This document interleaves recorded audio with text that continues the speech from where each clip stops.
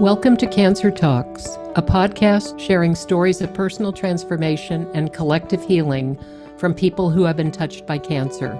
My name is Cheryl Buck, and I'll be guiding today's conversation.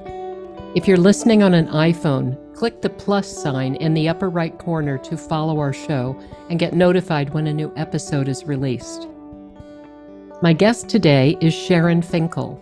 Sharon is a New Yorker, born and raised. She is the mother of 2 young boys and the daughter of Soviet immigrants.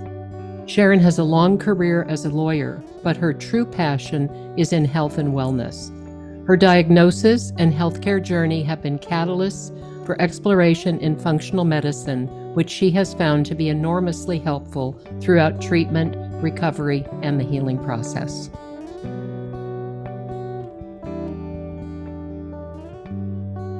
Sharon, hi. Welcome to Cancer Talks. Thank you, Cheryl. It's so great to be here with you. Oh, it's so great to be here with you.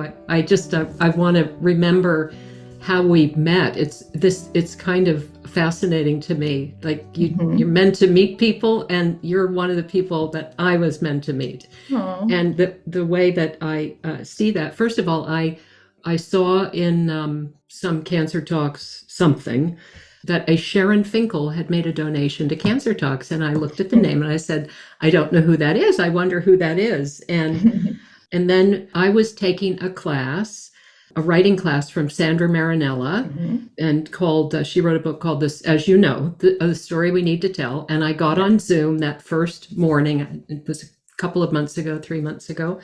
And just looking at all the people in the Zoom boxes, and there was Sharon Finkel.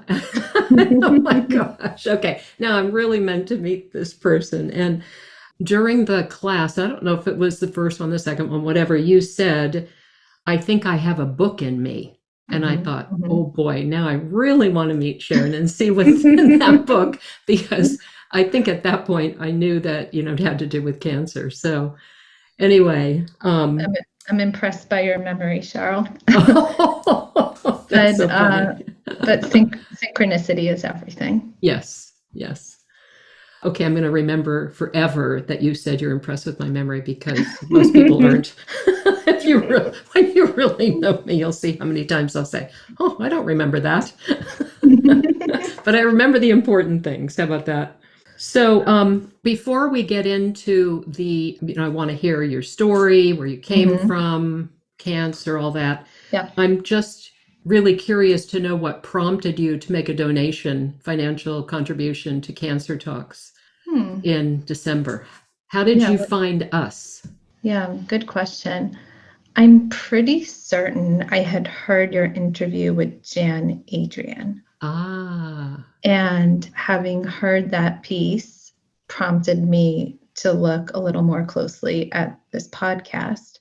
And I just found it valuable. And, true to Sandra's message and the title of her book, I think our stories are our sovereignty. And it's so fundamental that we share our stories, because of the potential to impact others and ideally lift others up. Absolutely. That's beautiful. Wow. Did you know Jan Adrian before you listened to her interview? I didn't know Jan. And so I actually have to think about how I even came to that interview. I must have been on some listserv for cancer-related topics, but now I'm starting to conflate. There was a program that I tuned in for with the author of Radical Remission, Kelly Turner. And somehow there was an intersection between that program and Jan Adrian. And then ultimately I came to her interview. I wish I could say I remember. I don't remember exactly how I came to it. That's okay.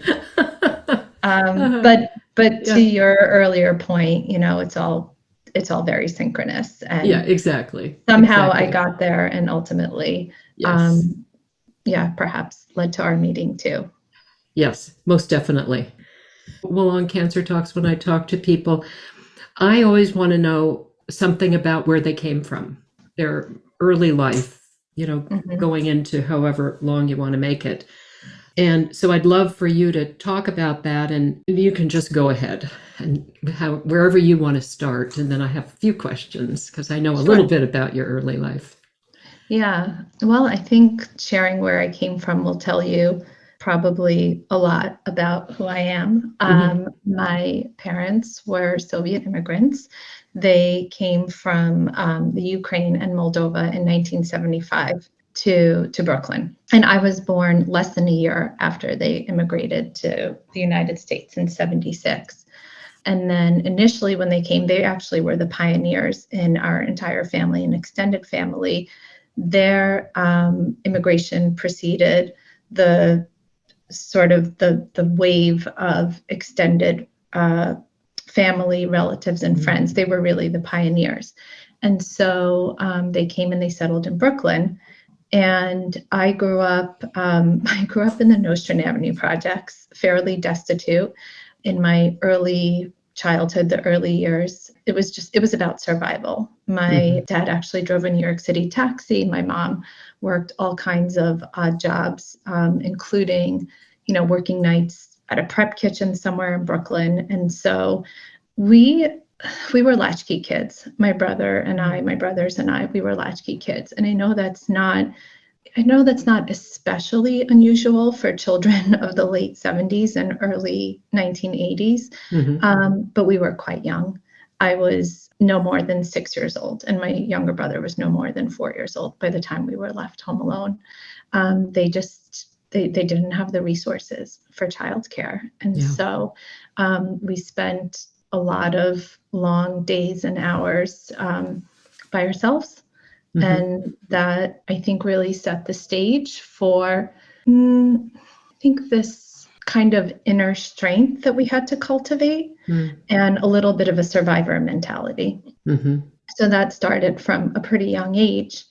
Eventually, they were able to find some financial success. They spent everything as quickly as they earned it because they didn't really have, they came from communism. They never really had, and they were both poorly educated. My dad left school when he was 13 years old because his own father passed, and he was the oldest of 3 children and needed to support his mother and 2 younger siblings.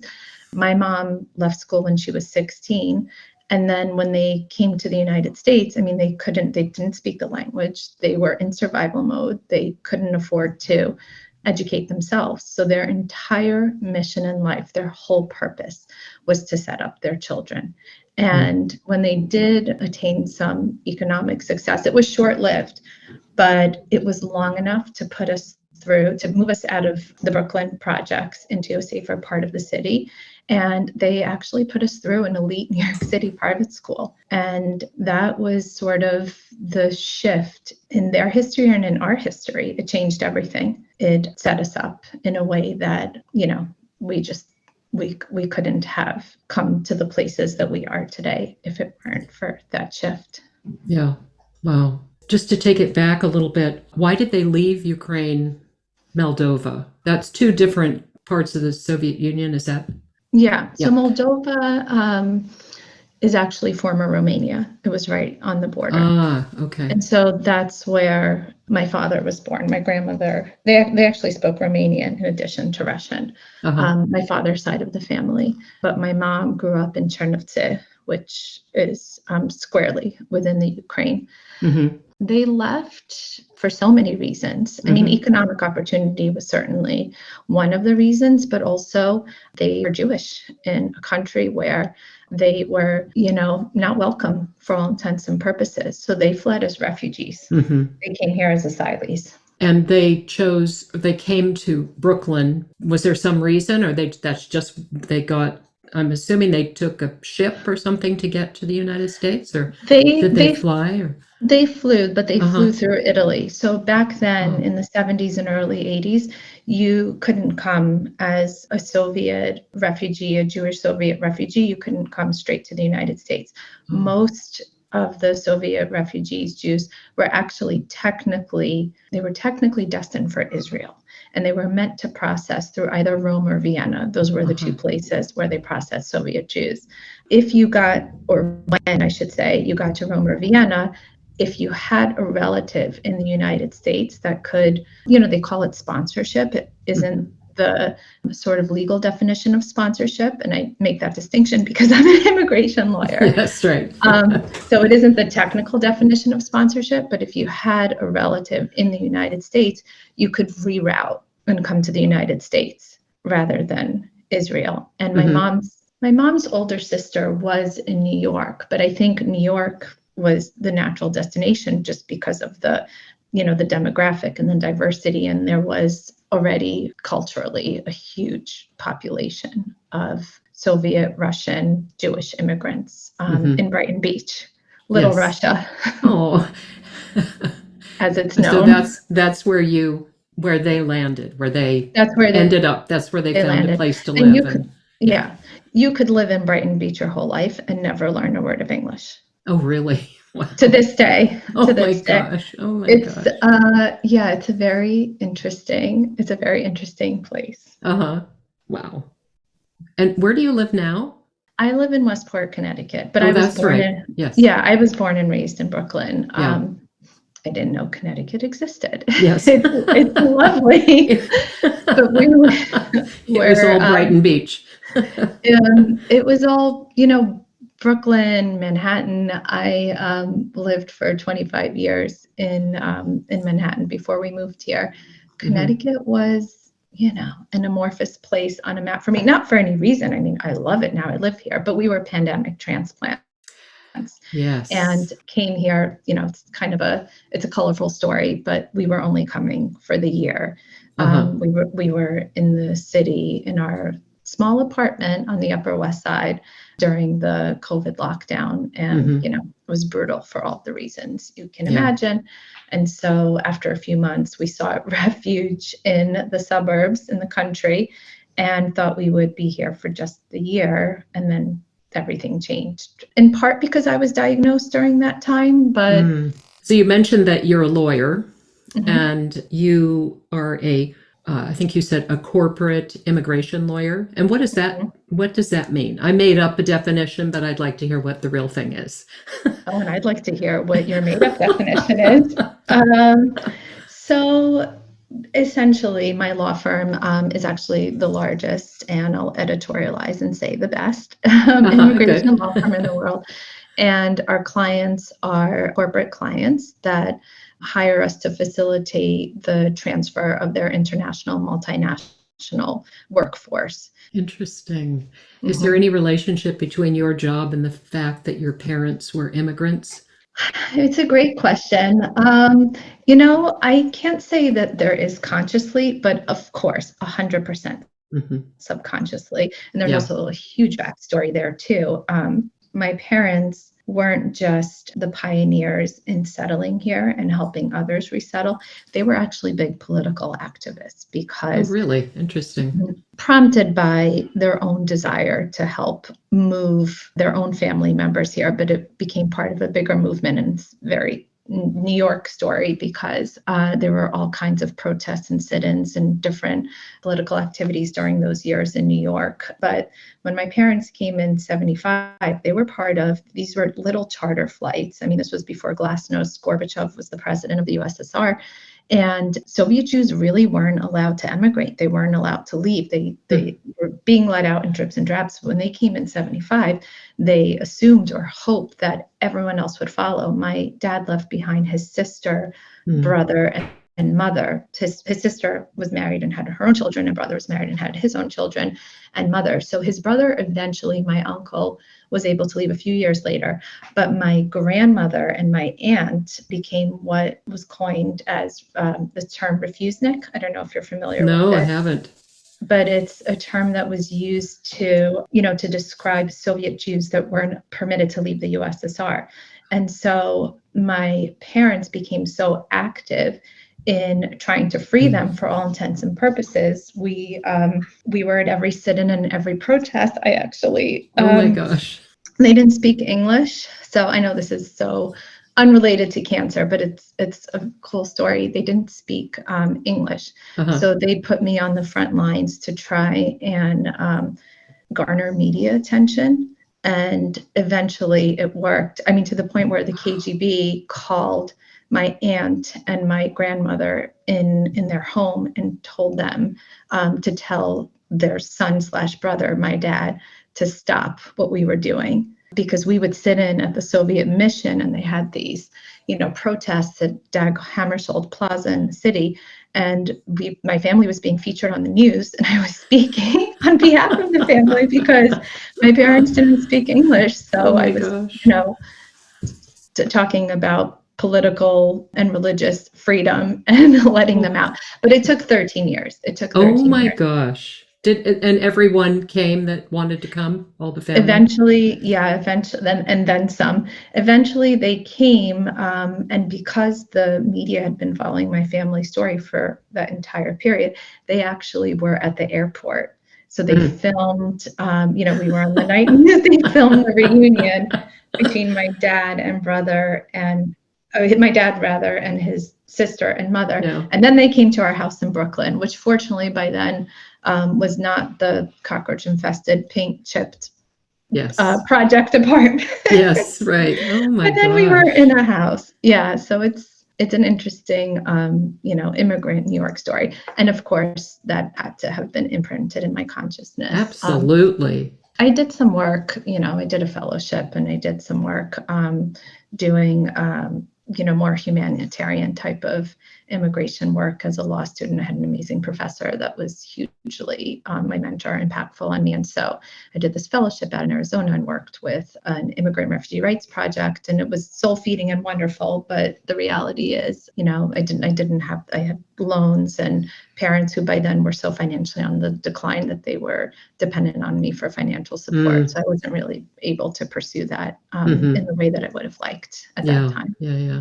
That was while I was in law school. While you were in law school, okay. I did a fellowship the first summer after I see. my I first got year it. Yeah. of school, and I loved it. I mean, Yeah. I just fell in love with that work. They were 16, 18-hour days in detention centers in southern Arizona, Goodness. working with the South and Central American detained population. Just helping anyone with the claim to relief to be able to remain in the United States. They were in deportation removal proceedings. I was responsible in doing direct services, but also setting up a pro se model, which means essentially finding ways to help people help themselves. So I had set up a whole structure as part of my as part of the mission of my fellowship. It was through the National Association of Public Interest Law, AmeriCorps Vista. It's like the American version of the Peace Corps, but for legal students. And I loved it. And I had a professor that was incredible and supportive and really, helped me forge my path, but also helped me see the light. Because by the time I was in law school, my parents were in such dire financial straits that they had filed for bankruptcy. They couldn't afford basic necessities. By the time I was studying for the bar, you can take out, when you're taking the bar, you can take out a bar loan. There's a set amount that you can take out so that you can focus on studying for the bar and don't have to, split your time and work while you're studying for the bar. And half of that loan went to them just to pay, their rent and bills. And so my professor said to me, and she was wonderful. She actually offered to pay for my doctor's appointments when I didn't have health insurance. Really an incredible human. I've had so many angels in my life.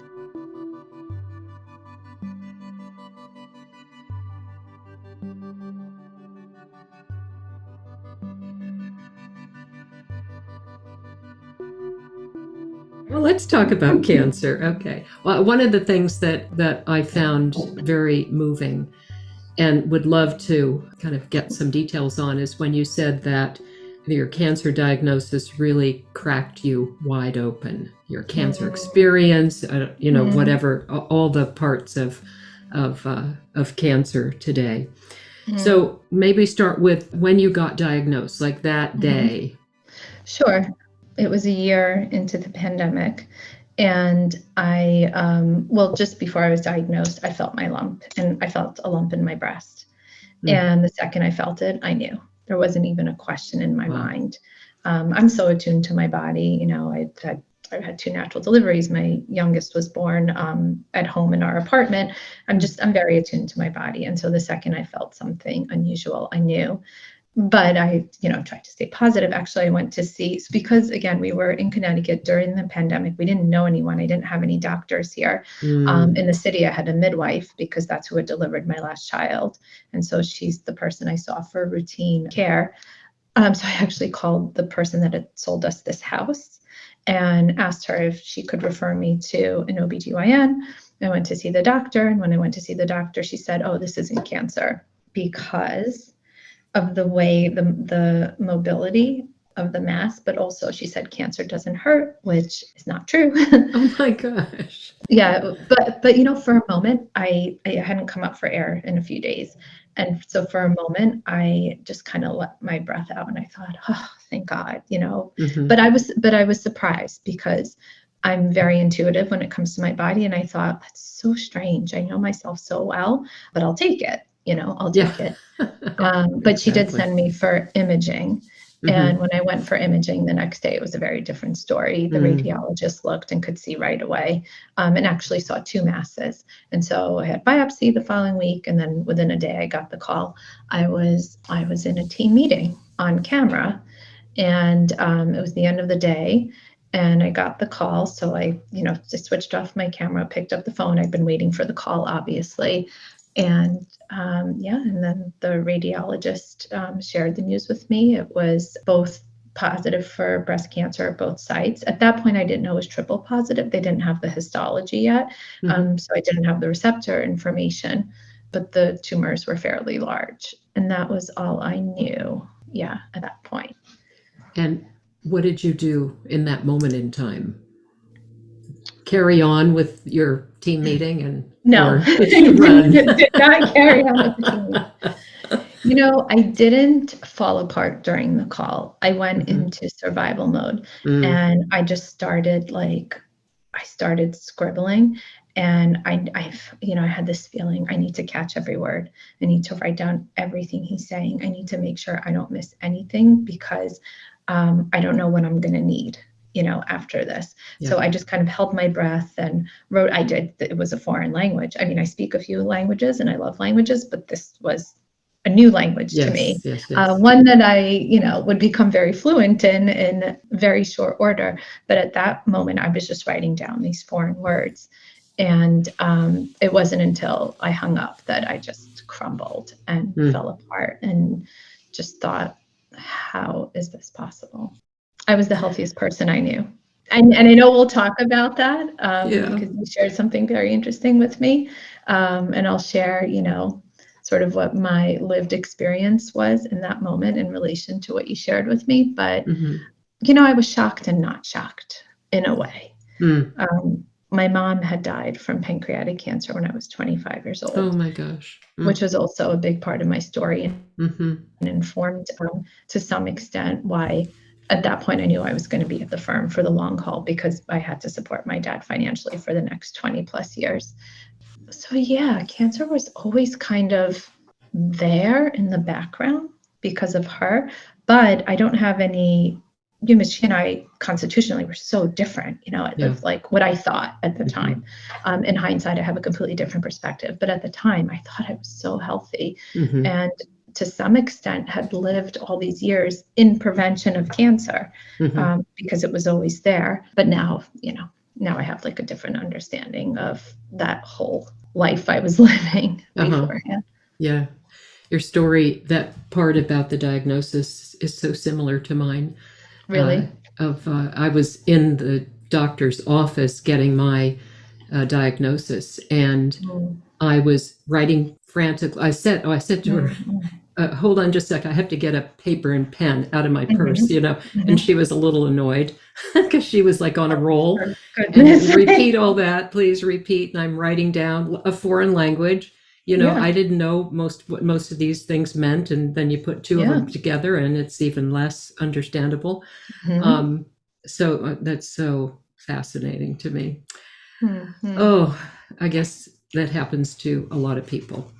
Okay, so you got your diagnosis and you were frantically writing it out. And then at what point did you leave the team meeting? And then what was going through your mind? So then I hung up from the call. I had all my notes. And I think the first thing I did was leave my home office, and I shared the news with my husband. Mm-hmm. And I think I called my brother shortly after that, but at the same time was trying not to fall apart so that the kids wouldn't see. Yes. Because obviously I didn't want to alarm them.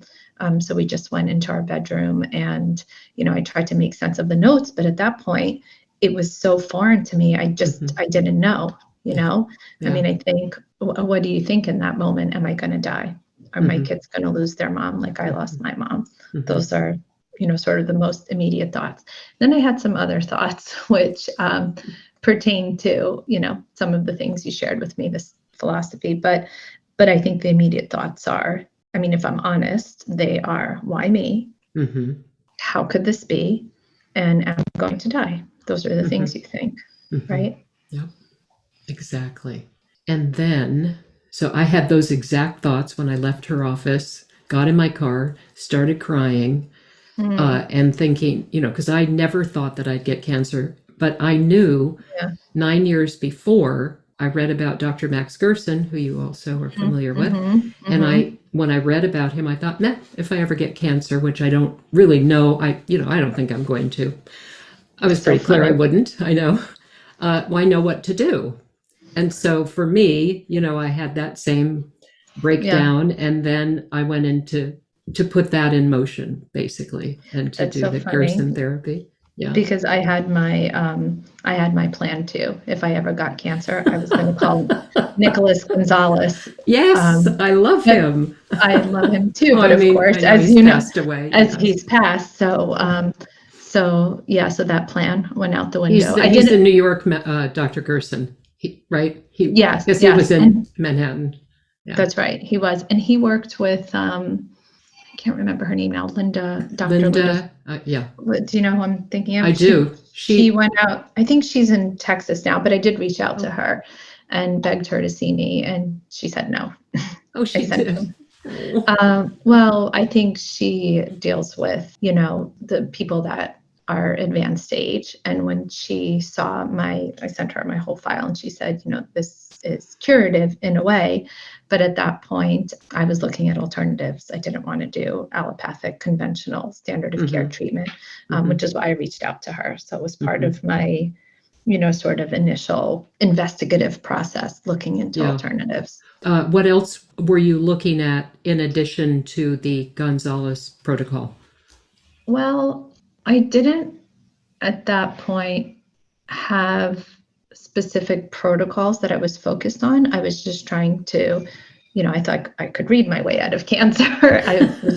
I shut myself in. Before I did anything, I met with a few oncologists and surgeons, but before I did anything, I just shut myself in, and I read for nonstop for 4, 5, 6 weeks. The doctors were telling me, because I've got my receptor information, found out I was HER2 positive, triple positive, which immediately lodged me into the group that they would recommend chemotherapy for. There wasn't even a question. Sometimes you can do an oncotype or a mammoprint to see if chemotherapy is even efficacious. And when they look at the benefit risk, whether they recommend it or not, depending on your oncotype score. But for me, because I was HER2, it was done. And so, these doctors were telling me I needed to start chemo yesterday. And I couldn't do that. I had to do it my way. I just put the pause on everything, and I had to make an informed decision. So, I looked at Chris Wark, Chris Beats Cancer. Yeah. Chris Carr, this whole notion of alkalinity. But I did make some immediate changes. I made some radical changes from the start before I started any kind of treatment. I changed my diet. I started high dose IV vitamin C therapy, juicing. I went fully raw vegan. At that point, I'd been, again, what I thought was so healthy. I was paleo, didn't touch a carb, didn't touch a grain. I was just so, pastured, organic meat, vegetables, and I just completely flipped and went raw vegan. Yeah, it's Oh, God. funny now in Okay. hindsight. But yeah, anyway. I think we should talk about the topic that we've referred to a couple of times. There's so much to talk about. I think it fits in perfectly here. As I was telling you just yesterday, I think that I learned a new word, Yeah. healthism, Mm-hmm. and I wanted to share it with you. And so after I shared it with you, then I looked up ism to see what that actually meant, and it's a noun. So ism is at the end of a lot of words like feminism, skepticism, egoism, ageism, Mm-hmm. sexism, realism, etc., etc. So healthism is a distinctive practice, system, or philosophy. And so I read that, and this is where I just started laughing, and I thought, I love this word. Examples are obsessing over ingredients on a food label. Can't relate to that. Me neither. Oh my Oh God. boy. Judging someone over their health behaviors. I truly don't relate to that because I don't have judgment, but I'll tell you some Okay, funny good. I'll tell you some funny stories that it does Okay. bring up. I feel like I've been on the opposite end of the spectrum and being prejudiced in a way. It's funny. Yeah. I mean, the first kind of thought I had when reading about the definition in the book that you referenced that you sent to me is, I mean, this is like kind of hard to talk about, but it was one of the first feelings that I had when I was diagnosed was this just sort of shame. I was embarrassed. I just felt so embarrassed that I was this person who was diagnosed when I was the healthiest person I knew, and I was so intentional about my health, my diet, movement, meditation. In hindsight, again, like I have such a different perspective than I did 2 years ago when I was diagnosed. Today's actually the anniversary of my last chemo. But yeah, it was very programmatic. I thought I was just, the picture of perfect health. And now I look back and know better. But yeah, I felt responsible and I felt like it was my fault that I'd gotten sick. Yes. Well, let me read the definition of healthism. It's a perfect example of that. So, healthism, like medicine, it says, situates the problem of health and disease at the level of the individual. And then solutions for the issue are formulated at that level as well. Healthism represents a particular way of viewing the health problem and is characteristic of the new health consciousness and movements like holistic health and self-care. And that it says that we think we must heal individually and succeed individually, and that's the phenomenon known as healthism. And one more thing it says here is that the preoccupation with personal health and personal responsibility for health as primary, often at the detriment of understanding that true health of one person is intimately tied to and representative of a whole population. But I think that there's something to be said for a collective consciousness around how we define health. Yeah, there are so many aspects to health that I didn't even appreciate, and even before I was going through this journey. I think most people define health as your physical constitution and tend to neglect, the mind body connection, the spiritual aspects of health. And if you shift the paradigm a little bit and view it that way, how can any of us individually be healthy when we are living in a culture with so much disease? And I don't mean just physical disease. Even, I know this author talks about trauma in particular, right? And how, I love the idea of I think she said that she talked about telling a new story to recontextualize trauma. And Anais Nin actually has this beautiful quote that I love. We don't see things as they are, we see them as we are. And to some extent, that's very myopic, right? Because our entire experience of the world is ultimately just an amalgamation of the stories we tell ourselves. Mm-hmm.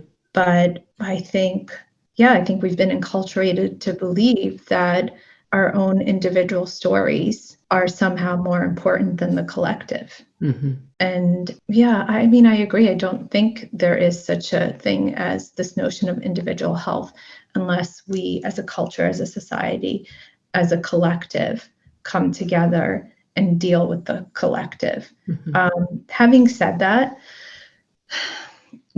for me, the fundamental sort of guiding principle, the underpinning of everything I believe is self-agency. And I think it's crucial that we have the autonomy to make our personal choices without judgment, if that makes sense. Mm-hmm. Yes. And I mean, this is interesting. I believe that we're all one organism. That's kind of how I visualize life, not just people, but plants and animals and microbes and everything. And that we are one. We are interconnected. And one part of it, if it's unhealthy, one part of that, what I visualize as an organism, if one part isn't working, isn't healthy, then there's something going on in the whole thing. And I also agree with you about having agency. I think I can have agency in a group, a community. So I mean, to me, it all works together. I agree. Yeah. I think actually I felt that lack of community most acutely after I had my children, because by then my mom had passed, and for whatever reason, the women in my life, I didn't have any sisters, relatives, and friends either hadn't had children yet or had children that were much older, and so I found myself really isolated and alone and unsupported. And it wasn't until much later that I had this perspective of how that's not normal. That's not how it's meant to be. And exactly. in most other cultures, it's not that way. Yes. But I think that's true of, a lot of these acute experiences that we have and just assume that that's how it is. And it's not how it is, and it's not how it's meant to be.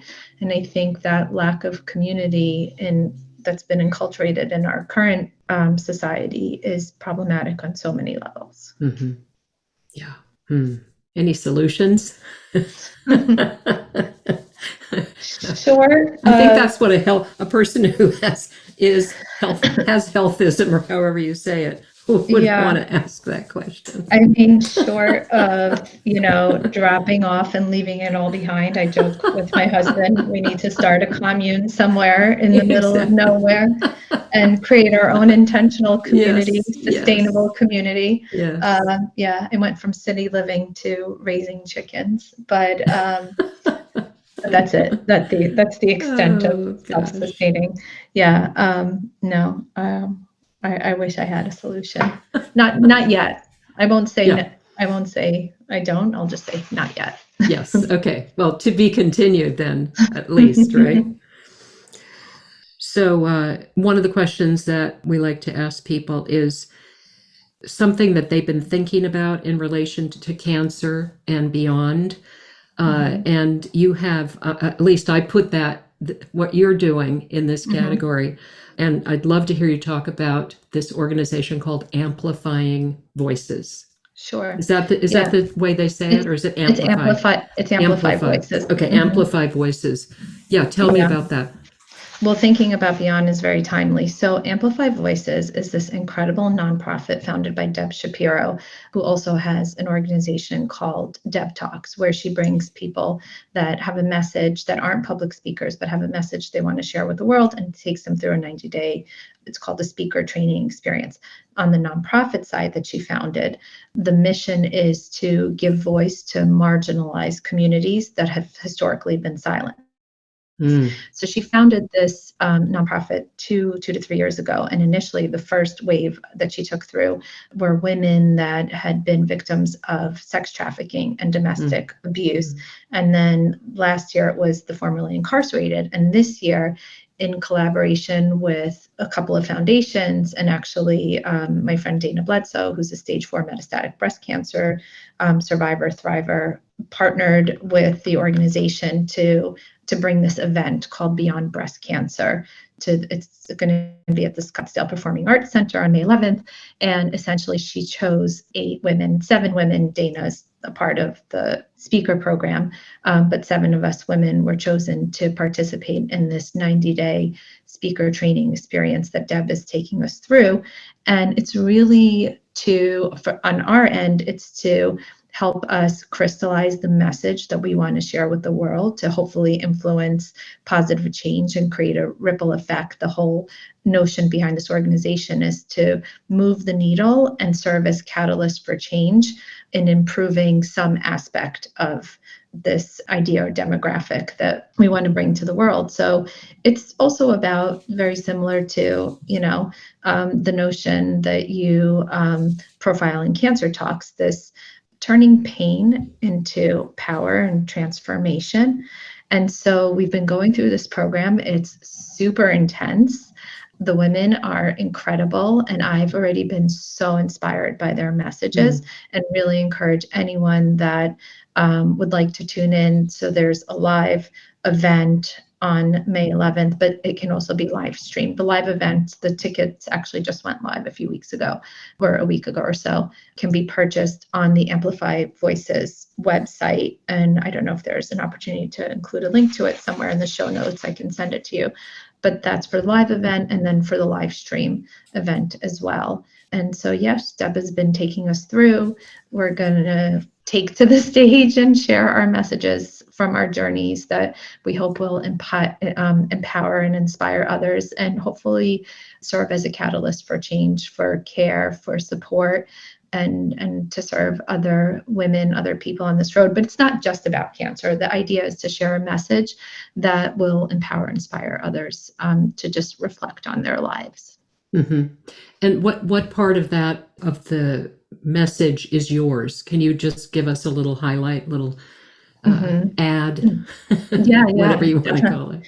I mean, there's so many great messages. What's my message? I should have a little soundbite for this, shouldn't I? I've been working on it for 60 days. Oh. My message is one of looking inward. I think, for me, my entire life, and I've shared a little bit about this today, has been about survival and really using my brain, using my mind, shutting down my emotions in a way, and silencing the heart to be able to push through everything that I've had to push through in order to get to where I am, or at least to where I was before my diagnosis. And a big part of this journey for me, and I don't want to say, it has been a healing journey, but healing is not linear and it's not finite. It just, this whole experience is something that just becomes entrenched. It becomes part of your fiber. So I'll say not my healing, but my evolution. A big part of that has been silencing my head and tuning into my heart. And finding some coherence so that I can live concordant with my values and purpose, which I wasn't doing before.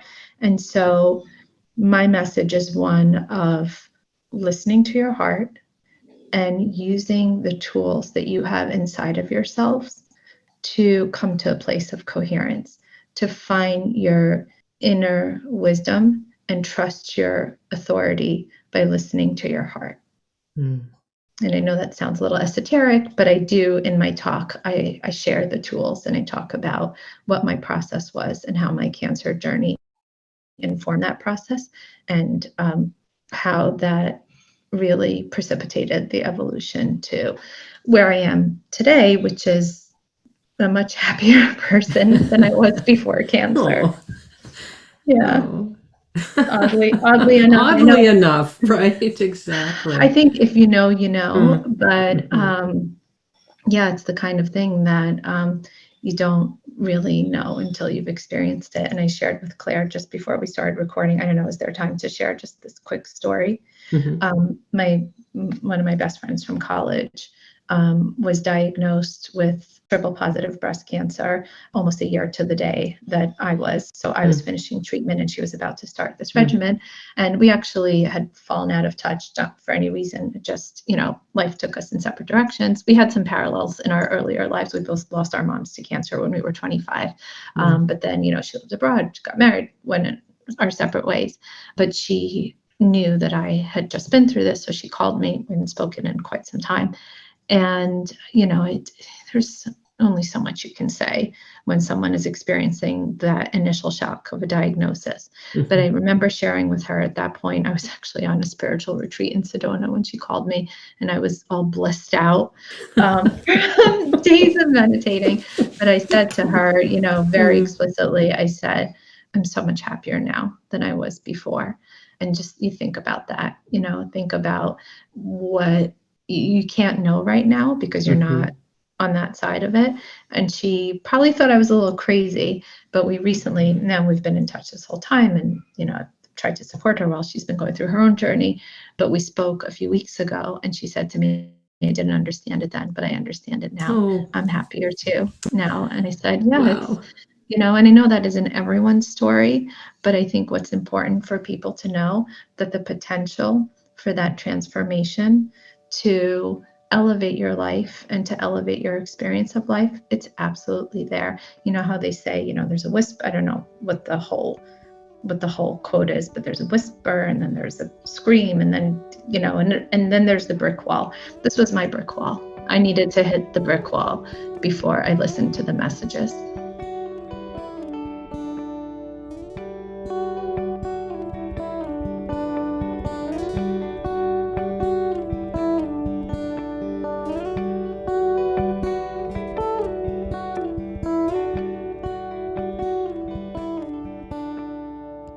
If you enjoyed this conversation, please leave a review in your podcast app. Cancer Talks is a platform for anyone who has been touched by cancer. Write to us at info@cancertalks.com if you have a story to share. If you're moved to donate, and we hope you are, please visit cancertalks.com/donate.